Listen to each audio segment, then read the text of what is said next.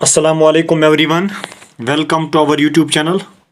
सो friends, आज का ये हमारा जो लेक्चर है, this is our third lecture on human health and disease. तो अभी तक हमने क्या क्या कवर किया है इसमें, तो उसको देख लेते हैं एक बारी, ठीक है। तो अभी तक जो हमने कवर किया है इसमें, दैट इज़ हेल्थ। पहले हमने हेल्थ को अच्छे से देख लिया कि हेल्थ क्या होता है, ठीक है। और इससे रिलेटेड ऑर्गेनाइजेशंस भी हमने देख ली थी, जैसे कि उसमें आता है WHO, डॉक्टर्स विदाउट बॉर्डर्स, ठीक है। तो इन ऑर्गेनाइजेशंस को भी हमने देख लिया था, ठीक है। तो इसके बाद हमने देख लिया था हाइजीन, ठीक है। दूसरे नंबर पे हमने देख लिया था फिर हाइजीन। हमने देख लिया था हाइजीन क्या होता है और इसके टाइप्स क्या क्या होते हैं, पर्सनल हाइजीन, कम्युनिटी हाइजीन क्या होता है, ठीक है। और कल वाले लेक्चर में हमने कवर किया था सैनिटेशन, ठीक है। कल वाले लेक्चर में हमने सैनिटेशन को कम्प्लीटली कवर किया था, ठीक है। और उसके साथ साथ हमने कुछ मिशन भी देख लिए थे, जैसे कि स्वच्छ भारत मिशन, जल जीवन मिशन, ठीक है। और भी बहुत सारे चीज़ें हमने देख लिए थे कल वाले लेक्चर में, ठीक है। तो आज के लेक्चर में हम स्टार्ट करने जा रहे हैं बायोमेडिकल वेस्ट, ठीक है। छोटा टॉपिक है, इसको पहले कवर करेंगे और इसके बाद हम कुछ MCQs देख लेंगे कि जो कुछ हमने अभी तक पढ़ा है उस पर हम कुछ इंपॉर्टेंट मल्टीपल चॉइस क्वेश्चन भी देख लेंगे, ठीक है। तो चलिए शुरू करते हैं बायोमेडिकल वेस्ट, ठीक है। आज का हमारा टॉपिक है बायोमेडिकल वेस्ट। तो अगर आप इस टर्म पर नज़र डालोगे, बायोमेडिकल, इसमें एक टर्म आती है bio. Bio means life. Life always pertinent होती हैं टू सेल्स, ठीक है, सेल्स और टिश्यूज, ठीक है। और अगर आप उसके बाद देखोगे medical, medical means related to medicine, ठीक है। तो ऐसे वेस्ट्स या those wastes which are generated from cells and tissues and also from the medical और मेडिसिन, ठीक है। तो ऐसे वेस्ट्स को हम बोलते हैं बायोमेडिकल वेस्ट्स, ठीक है। तो चलिए यहाँ पर देख लेते हैं कि बायोमेडिकल वेस्ट्स क्या होते हैं। एनी वेस्ट कंटेनिंग इन्फेक्शियस और पोटेंशियली इन्फेक्शियस मटीरियल्स, ठीक है।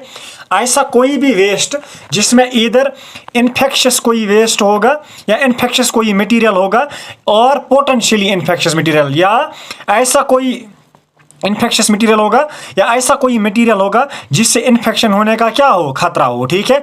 तो ऐसे सारे वेस्ट्स को हम बोलते हैं बायोमेडिकल वेस्ट, ठीक है। तो चलिए देख लेते हैं आगे। These wastes are generated during the diagnosis, treatment and immunisation of humans and animals. मतलब ये जो वेस्ट्स है, कौन से बायोमेडिकल वेस्ट्स, ये जनरेट होते हैं during these processes, either diagnosis, मतलब जब हम किसी डिजीज को डायग्नोज करते हैं, ठीक है, तो या उस वक्त ये जनरेट हो सकते हैं, कौन से बायोमेडिकल वेस्ट्स, या ट्रीटमेंट, मतलब जब हम किसी डिजीज का ट्रीटमेंट शुरू करते हैं तो जब वहाँ पर कोई भी वेस्ट जनरेट होगा तो वो भी बायोमेडिकल वेस्ट ही कहलाएगा, ठीक है। And immunisation, immunisation means vaccination etcetera, ठीक है। तो जो भी वेस्ट्स इन प्रोसेसेस से जनरेट होते हैं, they all come under the category of biomedical wastes, ठीक है। तो ये चीज़ आपको पहले याद रखनी है। मतलब जब भी हम डायग्नोसिस, ट्रीटमेंट या इम्यूनाइजेशन करेंगे किन की, ह्यूमन्स और एनिमल्स की, तो जो वेस्ट्स वहाँ से निकलेंगे they are collectively termed as biomedical waste, ठीक है। आई होप आपने ये याद रख लिया होगा। चलिए एग्जाम्पल्स देख लेते हैं कि एग्जाम्पल में क्या क्या आता है, ठीक है। तो अगर आप पहली एग्जाम्पल देखोगे, waste sharps such as needles, lancets and syringes, ठीक है। तो ये पहला एग्जाम्पल है किसका, बायोमेडिकल वेस्ट का, ठीक है। नीडल्स, लैंसेट, सिरिंजेस ये कब मतलब यूज होते हैं, जब हम किसी का ट्रीटमेंट करते हैं, ठीक है। तो अभी हमने ऊपर पढ़ा कि जब हम किसी डिजीज को ट्रीट करेंगे तो जो भी वहाँ पर क्या होगा, वेस्ट जनरेट होगा, that will be biomedical waste, ठीक है। तो चलिए आगे आगे देख लेते हैं। Human tissues and body parts, ठीक है, human tissues and body parts. Let us suppose किसी पेशेंट की सर्जरी हो गई, ठीक है। तो सर्जरी में हमने उसका कोई बॉडी पार्ट रिमूव कर दिया, ठीक है, बॉडी पार्ट और टिश्यू रिमूव कर दिया, ठीक है। तो हो सकता है वो टिश्यू भी क्या होगा, इन्फेक्शियस एजेंट होगा या पोटेंशियली इन्फेक्शियस मटेरियल होगा, ठीक है। तो वो भी किस कैटेगरी में आएगा, बायोमेडिकल वेस्ट्स में, ठीक है।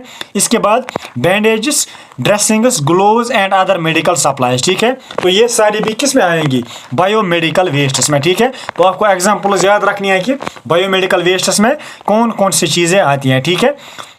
Those things which we use either during diagnosis, या तो हम उसको कब यूज़ करते हैं, डायग्नोसिस के दौरान, या यूज़ करते हैं ट्रीटमेंट के दौरान, ठीक है, या हम उसको यूज़ करते हैं कब, इम्यूनाइजेशन के दौरान, ठीक है, वैक्सीनेशन के दौरान।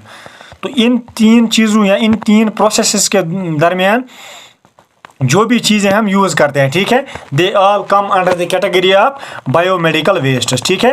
तो आई होप आपने बायोमेडिकल वेस्ट्स की डेफिनेशन और एग्जांपल्स याद रख ली होंगी, ठीक है। तो आगे देख लेते हैं लेबोरेटरी सप्लाईज, ठीक है। चौथा एग्जाम्पल जो है इसका दैट इज लेबोरेटरी सप्लाईज, ठीक है। जो भी चीज़ें लेबोरेटरी में सप्लाई होती है जब हम उनको यूज़ करेंगे, ठीक है, आफ्टर यूज़ वो बन जाएगा बायोमेडिकल वेस्ट, ठीक है। तो ये चीज़ भी आपको याद रखनी है, ठीक है। तो आई होप आपको ये सारा जो मैं बता रहा हूँ समझ आया होगा, ठीक है। तो इसके बाद चलते हैं WHO classification of biomedical wastes, मतलब वर्ल्ड हेल्थ ऑर्गेनाइजेशन जो है उसने बायोमेडिकल वेस्ट्स की एक क्लासिफिकेशन दी है जिसमें उसने 8 कैटेगरीज ऑफ बायोमेडिकल वेस्ट्स हमें बताई है कि बायोमेडिकल वेस्ट्स की कितनी कैटेगरीज है, 8 कैटेगरीज, ठीक है। उनमें नंबर 1 है इनफेक्शस वेस्ट्स, ठीक है, और नंबर 2 है शार्प, जो कि हमने ऊपर अभी पढ़ा, ठीक है। तो ये पहली 2 कैटेगरीज है अकॉर्डिंग टू WHO, ठीक है। तो आगे देख लेते हैं, आगे जो है दैट इज पैथोलॉजिकल वेस्ट, ठीक है। तीसरे नंबर पर क्या आता है, पैथोलॉजिकल वेस्ट, ठीक है। उसके बाद आता है फार्मास्यूटिकल वेस्ट, मतलब ड्रग्स मेडिसिन, ठीक है। जो भी इनका वेस्ट निकलता है they come under the category of pharmaceutical waste. उसके बाद जीनोटॉक्सिक वेस्ट, ठीक है। तो आगे है radioactive waste, chemical waste and general और अदर वेस्ट, ठीक है। जो मतलब ऊपर की कैटेगरीज में नहीं आते हैं उनको हम रखते हैं जनरल और अदर वेस्ट, ठीक है। इनको हम बोलते हैं मिसलिनियस वेस्ट्स भी, मिसलिनियस वेस्ट्स, ठीक है। तो आपको इसमें याद रखना है कि WHO ने कितनी कैटेगरीज दी है वेस्ट्स की, 8 कैटेगरीज, ठीक है। 8 categories of wastes according to WHO। तो ये आपको याद रखना है कि कौन कौन सी कैटेगरी है। अगर इतना भी याद रखोगे कि according to WHO there are 8 categories of biomedical wastes, ठीक है, तो ये भी चलेगा, ये भी काफ़ी है, ठीक है। तो चलिए आगे देख लेते हैं। India notified its new biomedical waste management rules in the year 2016। तो इंडिया जो है गवर्नमेंट ऑफ इंडिया उसने नोटिफाई किए अपने new biomedical waste management rules किस साल में, 2016 में, ठीक है। उनको हम बोलते ही हैं biomedical waste management rules, biomedical waste management rules 2016, ठीक है। तो 2016 में गवर्नमेंट ऑफ इंडिया ने नए मतलब रूल्स बनाए related to biomedical waste management, ठीक है। तो ये इंपॉर्टेंट पॉइंट है, सीधा एग्जाम में क्वेश्चन आ सकता है कि India notified its biomedical waste management rules in which year, ठीक है। तो आपको पता होना चाहिए कि किस साल में, 2016 में ये नोटिफाई हुई, ठीक है। It was notified by ministry of environment forest and climate change, ठीक है। तो इस मिनिस्ट्री ने ये रूल्स नोटिफाई किए थे, new biomedical waste management rules of 2016। किसने इशू किए थे या किसने नोटिफाई किए थे, ministry of environment forest and climate change, ठीक है। तो ये भी आप याद रखिएगा। तो इसके बाद यहाँ पर देख लेते हैं कि the central pollution control board, जिसका क्या मतलब एक्रोनिम है, CPCB, central pollution control board, ठीक है। तो इसने क्या किया है, has also designated separate colour coded bins, मतलब इसने कलर कोडेड बिन्स बनाई हैं, किसने, सेंट्रल पोल्यूशन कंट्रोल बोर्ड ने, to dispose of the biomedical wastes as per their nature. मैंने आपको अभी बताया कि जो बायोमेडिकल वेस्ट्स है उनका अलग अलग डिफरेंट नेचर है, कुछ टिश्यूज़ हैं, ठीक है, कुछ मेडिकल वेस्ट्स हैं, कुछ फार्मास्यूटिकल वेस्ट्स हैं, ठीक है, जैसे कि मतलब कोई ड्रग हो गया, ठीक है, या अदर वेस्ट्स हैं। तो इन सब वेस्ट्स को हम क्या अलग अलग मतलब बिन्स में डालेंगे according to central pollution control board, ताकि उनका मैनेजमेंट या उनकी जो फर्दर प्रोसेसिंग है वो आसान हो जाए, ठीक है। तो दीज कलर कोडेड बिन्स जो है ये किसने इस्टेब्लिश किए थे, पहली बार सेंट्रल पोल्यूशन कंट्रोल बोर्ड, ठीक है।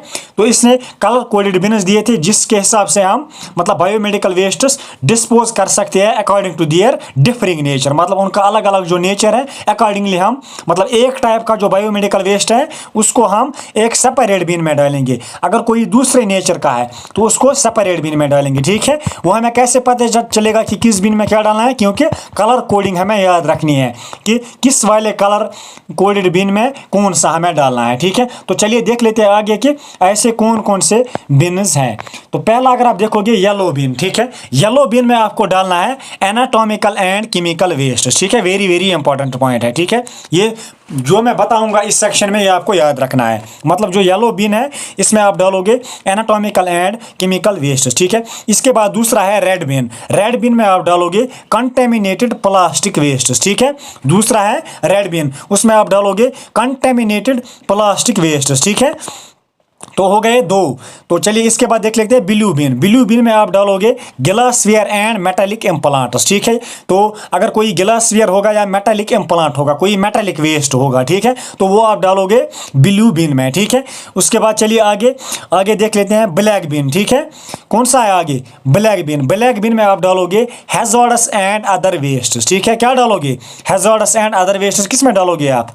ब्लैक बिन में। उसके बाद लास्ट पे देख लेते हैं ग्रीन बिन, ग्रीन मतलब सिग्निफाइज, ग्रीन का मतलब क्या होता है? एनवायरनमेंट। तो ये एनवायरनमेंट से ही रिलेटेड होगा, तो ये आप ऐसे याद रखोगे। इसमें हम डालेंगे रिसाइकलेबल एंड बायोडिग्रेडेबल वेस्ट, ठीक है। क्या डालोगे इसमें आप? रिसाइकलेबल एंड बायोडिग्रेडेबल वेस्ट, ठीक है। तो ये है कलर कोडेड बिन की classification according to central pollution control board. किसके according? Central pollution control board. उसके अकॉर्डिंग क्या है? उसके अकॉर्डिंग उसने हमें 5 बिन्स बताए हैं जिनमें आपको अलग अलग टाइप के बायोमेडिकल वेस्ट डालने हैं, ठीक है। तो यहाँ पर एक नज़र फिर से डाल लेते हैं कि कौन सा वेस्ट किस में डालना है। तो येलो बिन में आप डालोगे anatomical and chemical wastes, red bin में डालोगे contaminated plastic wastes, blue bin में आप डालोगे glassware and metallic implants, black bin में आप डालोगे हैजार्डस एंड अदर वेस्ट्स, और ग्रीन बिन में आप डालोगे रिसाइकलेबल एंड बायोडिग्रेडेबल वेस्ट्स, ठीक है। तो आई होप ये सारी चीज़ें आपको समझ में आ गई होंगी, ठीक है। तो यहाँ पर मैं आपको कुछ पॉइंट्स बताना चाहता हूँ related to central pollution control board. चलिए यहाँ पे मैं आपको बताना चाहता हूँ कुछ point. Central pollution control board, CPCB, ठीक है। तो पहला जो पॉइंट आपको CPCB के बारे में याद रखना है वो है इसकी फॉर्मेशन डेट, मतलब ये कब फॉर्म हुआ था, ठीक है, फॉर्मड। तो आप याद रखोगे 22 सितंबर 1974। कब? 22 सितंबर 1974 को CPCB एस्टेब्लिश हुआ था या फॉर्म हुआ था, ठीक है। Central pollution control board was formed on 22 September 1974, first point, ठीक है। इसके बाद आप सेकंड पॉइंट याद रखोगे कि इसके हेड क्वार्टर्स कहाँ पे हैं, ठीक है। Headquarters of CPCB are located in New Delhi. कहाँ पे? न्यू दिल्ली।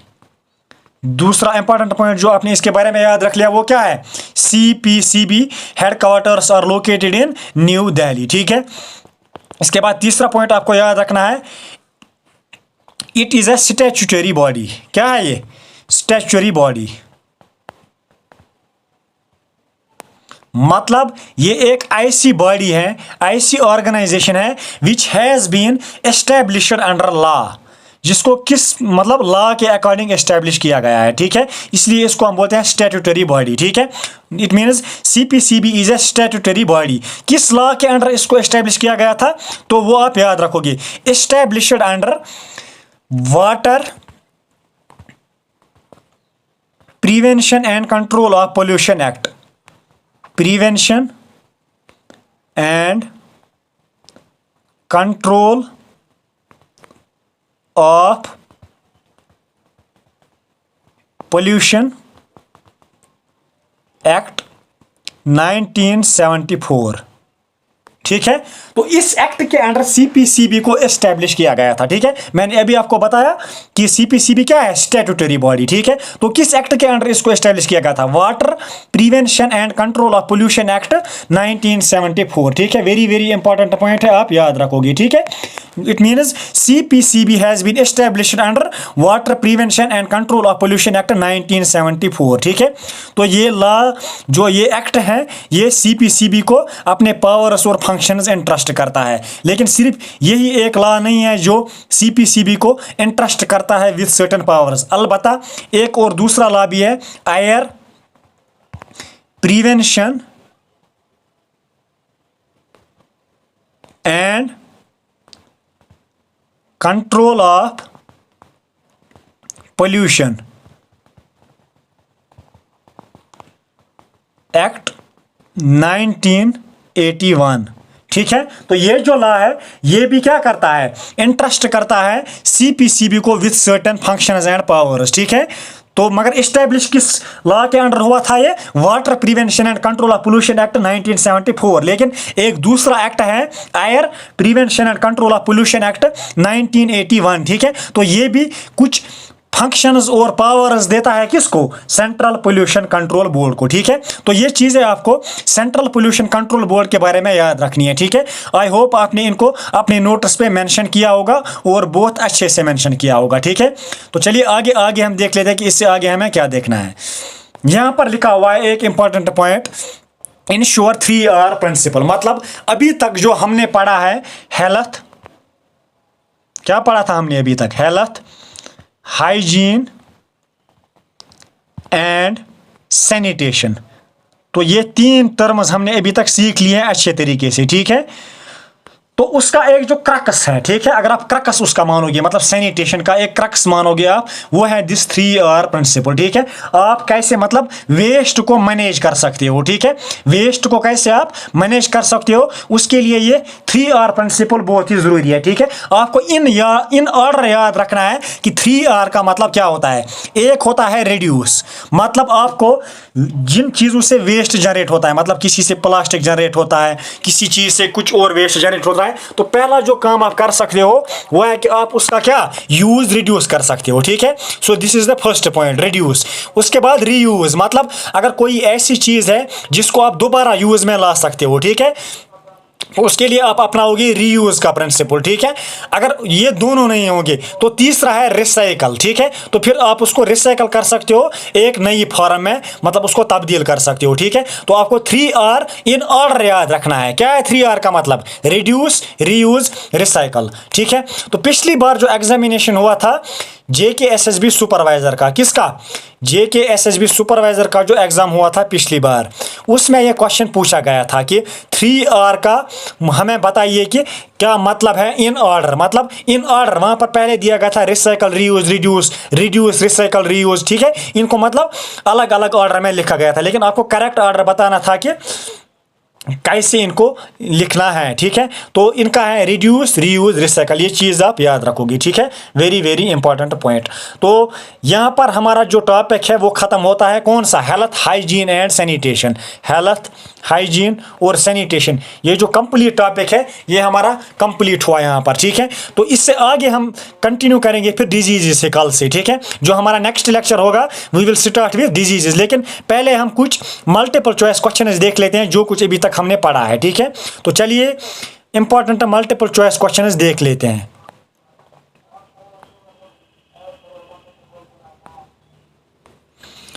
तो चलिए बताइए, यहां पर पहला क्वेश्चन है आपकी स्क्रीन पर, बताइए इसका answer. Rest, sleep, physical exercise and cleanliness are part of. चलिए बताइए ये किसके पार्ट है, चलिए बताइए। आप पहले अपना आंसर सोचिए दिमाग में, फिर मेरे आंसर के साथ उसको टैली कर दीजिए, ठीक है। बताइए ये किसके पार्ट है, सोशल हाइजीन के, पर्सनल हाइजीन के, वॉश इनिशिएटिव ऑफ WHO, या फोर्थ ऑप्शन जो हमारा है दैट इज सैनिटेशन। बताइए किसका पार्ट है ये। तो जैसा कि आप रिकॉल कर पा रहे होंगे तो ये these are all the parts of personal hygiene, ठीक है। ये सारी चीज़ें किस में आती हैं, पर्सनल हाइजीन में। मतलब जो इंसान खुद या पर्सन एक खुद के लिए करता है, खुद के लिए जो चीज़ें करता है, प्रैक्टिस करता है अपनी हेल्थ को मेंटेन करने में, उनको हम बोलते हैं पर्सनल हाइजीन, ठीक है। तो आई होप सबका आंसर क्लियर आया होगा, ठीक है। तो चलिए दूसरा क्वेश्चन यहाँ पे है, the recommended hand wash time according to WHO is. The recommended hand wash time according to WHO is. बताइए WHO की गाइडलाइंस के हिसाब से रिकमेंडेड हैंड वॉश टाइम कितना है, मतलब आपको कितनी देर तक सोप से अपने हाथ धोने चाहिए, ठीक है। चलिए बताइए 30 सेकंड्स, 35 सेकंड्स, 20 सेकंड्स, 15 सेकंड्स। बताइए इसका आंसर। चलिए तो इस क्वेश्चन का जो करेक्ट आंसर है दैट इज 20 सेकंड्स, ठीक है। WHO का जो रिकमेंडेड टाइम है हैंड वॉश का, तो उसका आंसर है 20 सेकंड्स, ठीक है। तो ये चीज़ भी आप याद रखोगे, ठीक है। सो क्वेश्चन नंबर 2 का करेक्ट आंसर है ऑप्शन नंबर C, ठीक है। चलिए आगे देख लेते हैं। What was the theme of world health day 2024। बताइए वर्ल्ड हेल्थ डे 2024 का थीम क्या था। Health for all, my health my right, health is a fundamental right, world after कोविड-19। चलिए बताइए क्या थीम था वर्ल्ड हेल्थ डे 2024 का। तो इसका जो करेक्ट आंसर है इस सवाल का that is my health my right. ठीक है, this was the theme of world health day 2024। कब सेलिब्रेट या ऑब्जर्व किया जाता है? On 7 April every year. ठीक है, 7 अप्रैल को हर साल क्या ऑब्जर्व किया जाता है? World health day. ठीक है, तो चलिए आगे आगे हम देख लेते हैं कि नेक्स्ट क्वेश्चन कौन सा है। Consider the following statements. चलिए पहले इन स्टेटमेंट्स को पढ़ लीजिए, उसके बाद हम देख लेते हैं कि क्वेश्चन आगे क्या बोलता है। Hand sanitisers can be alcohol based and alcohol free also. चलिए बताइए ये स्टेटमेंट करेक्ट है कि इनकरेक्ट है। अगर आप मेरा हाइजीन वाला टॉपिक हमने डिस्कस किया था उसको याद करोगे तो उसमें मैंने आपको अच्छे से बताया था कि हैंड सैनिटाइजर्स क्या हो सकते हैं, या अल्कोहल बेस्ड हो सकते हैं या अल्कोहल फ्री भी हो सकते हैं। जो अल्कोहल फ्री होते हैं उनमें हम ज़्यादातर यूज़ करते हैं ऑर्गेनिक एसिड्स। क्या यूज़ करते हैं? Organic acids. ठीक है, मिनरल एसिड्स यूज़ नहीं करते हैं, बल्कि क्या करते हैं? ऑर्गेनिक एसिड्स जो कि वीक होते हैं। ठीक है, तो वीक एसिड्स इनमें हम यूज़ करते हैं जो कि ऑर्गेनिक एसिड्स होते हैं। ठीक है, सो फर्स्ट जो हमारा स्टेटमेंट है दैट इज एब्सोल्युटली करेक्ट। ठीक है, उसके बाद चलिए next, alcohol based hand sanitisers are flammable. दूसरा स्टेटमेंट जो बता रहा है वो बता रहा है कि जो अल्कोहल बेस्ड हैंड सैनिटाइजर्स होते हैं दे आर फ्लेमेबल, मतलब दे कैच फायर। क्या कैच करते हैं वो? फायर। तो ये भी स्टेटमेंट बिल्कुल करेक्ट है, मैंने आपको बताया हुआ है। ठीक है, कि अल्कोहल्स आर फ्लेमेबल। ठीक है, इसके बाद जो तीसरा स्टेटमेंट है that is we should wipe off this sanitiser before it has dried. मतलब हमें अपने हाथों से सैनिटाइजर को उठाना चाहिए, वाइप ऑफ करना चाहिए बिफोर इट हैज ड्राइड। क्या मैंने ऐसे बताया था? नहीं, बिल्कुल नहीं, ये इनकरेक्ट स्टेटमेंट है। मतलब हैंड सैनिटाइजर को वाइप तब करना है जब वो अच्छी तरीके से ड्राई हुआ होगा, वरना वो काम नहीं करेगा। ठीक है, तो फर्स्ट एंड सेकंड जो हमारा स्टेटमेंट है that is correct and third one is incorrect. ठीक है, तो यहां पर क्वेश्चन हमें बता रहा है the correct statements is are. ठीक है, तो करेक्ट स्टेटमेंट कौन सा है? First and second only. ठीक है, so first and second only ये जो स्टेटमेंट्स हैं दे आर करेक्ट। ठीक है, थर्ड वन इज इनकरेक्ट। ठीक है, आई होप ये क्वेश्चन सबको समझ आ गया होगा। ठीक है, चलिए आगे next question, which among the following chemical substances is an important component of hand sanitisers. बताइए इन केमिकल सब्सटेंसेस में कौन सा ऐसा है जो कि इंपॉर्टेंट कंपोनेंट है किसका? हैंड सैनिटाइजर का। ठीक है, हैंड सैनिटाइजर्स।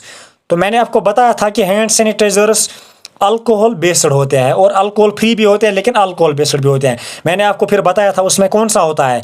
इथेनॉल होता है, आइसोप्रोपेनॉल होता है, ठीक है, या एन प्रोपेनॉल होता है। ठीक है, ये सारी चीज़ें हमने डिस्कस की है ऑलरेडी। ठीक है, तो यहाँ पर जो हमारा क्वेश्चन है इसमें सिर्फ दिया गया है इथेनॉल। बेंजीन यूज़ नहीं करते, प्रोपेन यूज़ नहीं करते, ब्यूटेन यूज़ नहीं करते। ये सीएनजी में हम यूज़ करते हैं, ये दो, प्रोपेन और ब्यूटेन। ठीक है, बेंजीन तो किसी में भी, इन दो में से किसी में भी यूज़ हम नहीं करते हैं। तो इस क्वेश्चन का जो करेक्ट आंसर है दैट इज इथेनॉल। ठीक है, इथेनॉल एक ऐसा सब्सटेंस है जिसको हम यूज़ करते हैं किस में? हैंड सैनिटाइजर्स में। ठीक है, आई होप आपने ये चीज़ें याद रख ली होंगी। ठीक है, तो चलिए आगे, when is world toilet day observed annually. बताइए वर्ल्ड टॉयलेट डे को हम कब ऑब्जर्व करते हैं एनुअली? ठीक है, वर्ल्ड टॉयलेट डे, बताइए इस क्वेश्चन का आंसर। चलिए 10 दिसंबर को नहीं, 10 दिसंबर को क्या होता है? वर्ल्ड ह्यूमन राइट्स डे या ह्यूमन राइट्स डे। ठीक है, 19 नवंबर, बिल्कुल सही है, यही इस क्वेश्चन का करेक्ट आंसर है।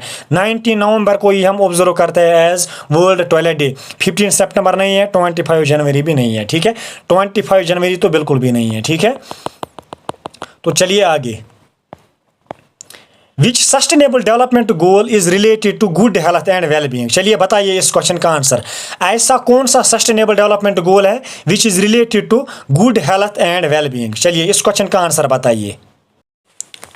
चलिए बताइए इस क्वेश्चन का आंसर कि कौन सा सस्टेनेबल डेवलपमेंट गोल ऐसा है, कौन सा SDG ऐसा है which is related to good health and wellbeing. चलिए बताइए आंसर। SDG 5 की बात मैंने की थी? नहीं, बिल्कुल भी नहीं। SDG 4 की बात हमने की थी? नहीं, बिल्कुल भी नहीं।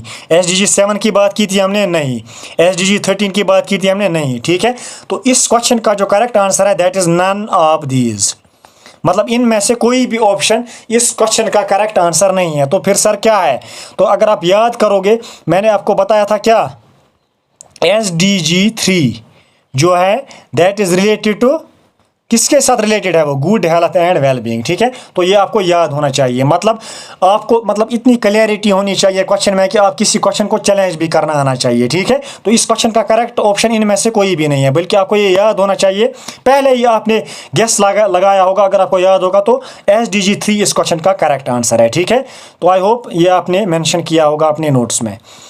Which article of UDHR recognizes right to health as a universal fundamental right of every human being? बताइए कौन सा आर्टिकल है UDHR का, ठीक है, जो कि क्या करता है, राइट टू हेल्थ को रिकॉग्नाइज करता है एज ए फंडामेंटल राइट। बताइए। आर्टिकल 23 मैंने नहीं बताया था, आर्टिकल 21 नहीं, बिल्कुल भी नहीं, आर्टिकल 25, ठीक है, ये इसका करेक्ट आंसर है, ठीक है। So article 25 of UDHR recognizes health as a fundamental right worldwide, ठीक है। तो आई होप आपको मतलब आपके आंसर्स मेरे आंसर से टैली कर रहे होंगे, ठीक है। तो चलिए नेक्स्ट क्वेश्चन हम देख लेते हैं। Next question is what is the time period of स्वच्छ भारत मिशन अर्बन 2.0? मतलब जो SBM अर्बन है, SBM अर्बन फेज 2, उसका टाइम पीरियड क्या है, मतलब कब से कब तक वो चलेगा, ठीक है। तो ये आपको बताना है इस क्वेश्चन का आंसर। चलिए, हमने ऑलरेडी इसको डिस्कस किया हुआ है कल वाले लेक्चर में, ठीक है। What is the time period for स्वच्छ भारत मिशन अर्बन 2.0, ठीक है। तो चलिए बताइए इस क्वेश्चन का आंसर।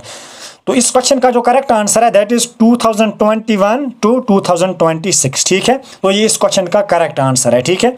इसके अलावा हमने पढ़ा था क्या, SBM ग्रामीण, ठीक है, जो उसका फेज सेकंड है 2.0, उसकी जो डेडलाइन है दैट इज 2020 टू 2025, ठीक है। तो ये चीज़ें आपको रट के होनी चाहिए, ठीक है। तो चलिए नेक्स्ट क्वेश्चन देख लेते हैं। Consider the following statements. पहले स्टेटमेंट्स को पढ़ना है, फिर आगे क्या बताता है वो हम आगे देख लेंगे। It is a non governmental organisation headquartered in Geneva, Switzerland. First statement आपने पढ़ा। It provides medical assistance in disaster stricken areas world wide and in countries affected by epidemics and wars. Next statement है, इसके बाद है it was founded in the year 1971 at Paris, France, ठीक है। तो अगर आपने मतलब मेरे लेक्चर्स को अच्छे से देखा हुआ है तो आपके दिमाग में आया होगा कि किस ऑर्गेनाइजेशन के बारे में ये बात कर रहा है, ठीक है। तो this question is talking about doctors without borders, ठीक है। तो आपको बताना है डॉक्टर्स विदाउट बॉर्डर्स के रिलेटेड, डॉक्टर्स विदाउट बॉर्डर्स के रिलेटेड जो ये स्टेटमेंट्स दिए गए हैं इनमें से कौन सा करेक्ट है, ठीक है। तो चलिए बताइए। It is a non governmental organisation headquartered in Geneva, Switzerland, बिल्कुल सही है। मैंने आपको बताया हुआ है कि ये NGO है। क्या है? NGO, ठीक है। इसके बाद सेकंड स्टेटमेंट है it provides medical assistance in disaster stricken areas world wide and in countries affected by epidemics and Wars, ठीक है, बिल्कुल सही स्टेटमेंट है, ये भी करेक्ट है, ठीक है। It was founded in the year 1971 at Paris, France, ठीक है।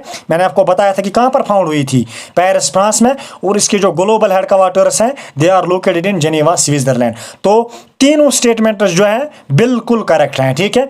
तो आगे हम देख लेते हैं कि इस क्वेश्चन का इस हिसाब से करेक्ट ऑप्शन क्या आएगा।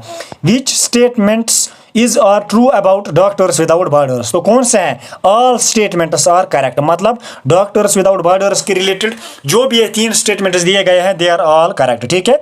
तो ये चीज़, ये क्वेश्चन जो है वेरी वेरी इंपॉर्टेंट है, याद रखना है आपको, ठीक है। किसी भी एंगल से इसमें क्वेश्चन पूछ सकता है। तो चलिए आगे नेक्स्ट क्वेश्चन हम देख लेते हैं। The type of toilet which is shared between group of house holders in a single building is called. मतलब अगर कोई बिल्डिंग है यहाँ पर, ठीक है, इसमें बहुत सारे हाउस होल्डर्स है, बहुत सारे हाउस होल्डर्स है उसमें, और इसमें एक टॉयलेट भी अटैच्ड है, ठीक है। तो ऐसे टॉयलेट को हम क्या कहेंगे जो कि क्या होता है, शेयर होता है बिटवीन डिफरेंट हाउस होल्डर्स, ठीक है, इन ए सिंगल बिल्डिंग। तो ऐसे टॉयलेट को हम बोलते हैं शेयर टॉयलेट। क्या बोलते हैं? Share toilet. A toilet which is shared between groups of house holders in a single building, ठीक है। इसके अलावा जो होता है वो होता है कम्युनिटी टॉयलेट। कम्युनिटी टॉयलेट होता है अगर कोई मोहल्ला है, ठीक है, कोई मोहल्ला है, यहाँ पर बहुत सारे घर अलग अलग है, ठीक है, और यहाँ पर कोई टॉयलेट बनाया गया है, ठीक है, तो सब घराने के लोग इसमें जाते हैं, ठीक है, तो इसको हम बोलते हैं कम्युनिटी टॉयलेट, ठीक है। इसके अलावा है public toilet. Public toilet usually होता है मार्केट प्लेसेस में, ठीक है।